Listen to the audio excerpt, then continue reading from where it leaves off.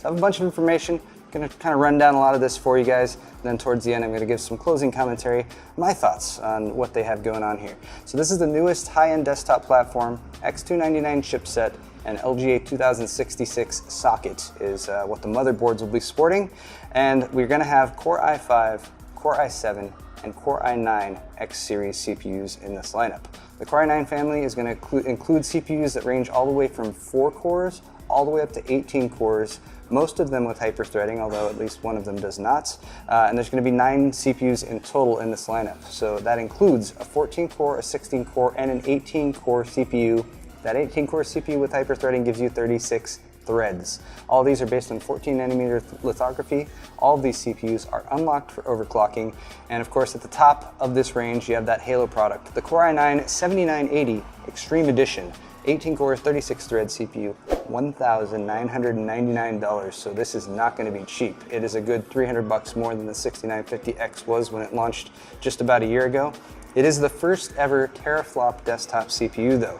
At the low end of this entire lineup, you have the Kaby Lake X based quad cores, the $242 7640X that does not have hyper-threading, so it's a 4-core, 4-thread CPU, as well as the $339 7740X with hyper-threading. That's got 112 watt TDP. Actually, both of those have 112 watt TDPs, and both of them are based on the Kaby Lake architecture. So they're going to be shipping at higher frequencies, 4.2 gigahertz and 4.5 gigahertz turbo, respectively, for the 7640X and 7740X. These two CPUs do have some limitations, though, compared to the higher-end Skylake X CPUs in this lineup. They're limited to dual-channel memory and 16 PCI Express Gen 3 lanes. So given that there's also going to be 28-lane CPUs and 44-lane CPUs in this 9 CPU stack that Intel's launching, there's probably going to be some extremely confusing X299 motherboard configurations, simply because depending on what CPU you install, you're going to have either 16, 28, or 44 lanes, but perhaps more on that as we bring you more coverage throughout this week and perhaps talk to some of the motherboard manufacturers. Above the Kaby Lake X CPUs, we have Skylake X CPUs. So these are going to all be the 6-core and higher parts. They're all going to have quad-channel DDR4 memory support, and again, either 28 or 44 PCI Express 3.0 lanes. And they're listed at 140 watt TDPs for the ones that we have confirmed, although they did mention in the documentation that Intel distributed 165 watt TDPs. So some of those highest core count CPUs might be a little bit beyond 140 watts. They're all priced from between $390 and $2,000. And you might notice that in the charts provided, the 14-core, 16-core, and 18-core parts don't have all the details that are laid out. And actually, they weren't even included in the original presentation that Intel gave us about a week ago. So their TDP might be 165 watts for those higher-end ones, but potentially they were added a little bit later in this production cycle. So maybe Intel wasn't always planning on doing 14, 16, and 18 core CPUs. More on that later though. The X series also has support for Optane memory and Optane SSDs. Also Turbo Boost Max 3.0, that's the successor to Turbo Boost 2.0. That will identify not the single fastest core on the CPU, but the 2 fastest cores on the CPU, give you a little asterisk by them in the BIOS, and that will automatically allow you to overclock those CPUs more. Also, they're going to have a hardware-based solution for this now, so you don't have to actually install some software to get Turbo Boost working, so that's pretty nice. Also, the Turbo Boost Max 3.0 only seems to apply to Skylake X CPUs, which would make sense since with a 4-core, it's not quite as big of a deal to find the fastest cores on the CPU. And we also got some details of the X299 chipset. It will include 30 high-speed I/O lanes. Those are the lanes that allow you to connect stuff through the chipset, like SATA ports and other things like that, including up to 24 of those that are PCI Express Gen 3 via the DMI 3.0 interface to upgrade to DMI 2.0. And then among these, you're going to have connectivity for 3 Intel RST, Rapid Storage Technology devices. So PCIe, again, Gen 3.0 by 4 connectivity. So that's for connecting up high-speed NVMe SSDs. So you could potentially have M.2 and U.2 NVMe SSDs in RAID that are controlled by the hardware controller that's part of the chipset. That's something that you currently cannot do on X99, as I have sort of demonstrated in my videos that I posted the past couple weeks, actually. Also in there, you see you have some support for an Intel i219 Ethernet. That's going to be up to the motherboard manufacturer whether or not they actually want to integrate that with the motherboard. And they've also noted a few times in this presentation the rebalanced Intel Smart Cache hierarchy. You might notice some of the L3 cache numbers here being a little different from like the X299 or the X99 counterparts.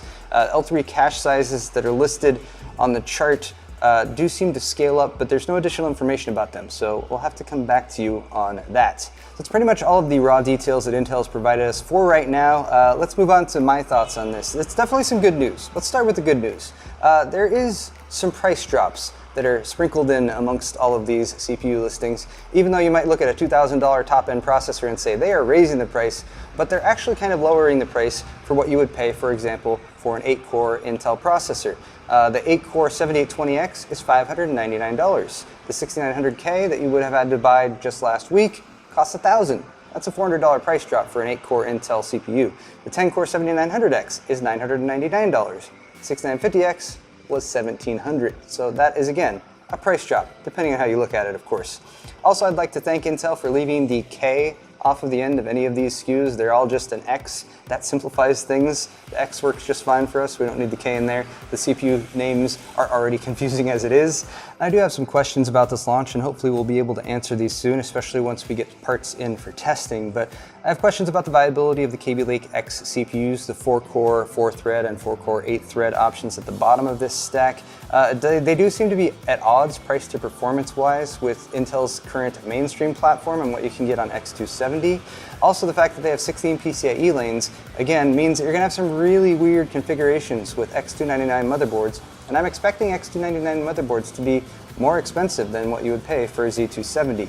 So whether you have 16, 28, or 44 PCIe lanes might be a fairly heavy amount of reconfiguration of a motherboard, PCI Express slots that may or may not work depending on the CPU you have installed, as well as U.2 and M.2 slots, so that might lead to some confusion.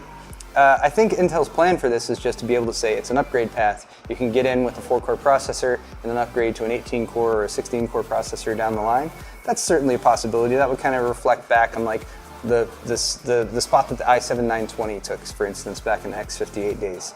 Intel also said that there's been lots of growth, 20% plus in the high-end desktop space, and their K-SKU CPUs from 2015 to 2016, and that's why they have decided to go the route they've gone with this launch. But surely this also has to be at least a bit of a reaction to AMD's recently announced Ryzen Threadripper CPU, which is a 16-core, 32-thread CPU, and it will be on a new high-end desktop platform from AMD that will be in direct competition with this high-end desktop platform from Intel. Case in point, when they originally gave us this presentation, I took a bunch of screen caps. None of those 14-core, 16-core, or 18-core CPUs were even listed. They verbally told us that they existed, and then they sent us an updated deck with the additional information. So it seems like it was a bit of a like, oh crap, we need to add these in here.